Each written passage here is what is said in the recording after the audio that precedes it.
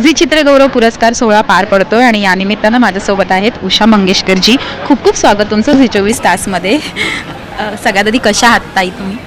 मी बरी आहे, ठीक आहे, एकदम तब्येतीने. जीवन गौरव पुरस्कारने तुम्हाला सन्मानित करण्यात आलं आहे आणि या सगळ्या पुरस्कार सोहळ्यात हजेरी लावताना कसं वाटतं तुम्हाला, काय सांगा? मला 70 वर्ष झाली या करिअरमध्ये आणि हा 70 वर्षाचा पहिला पुरस्कार मिळाला म्हणून मला खूप आनंद झाला.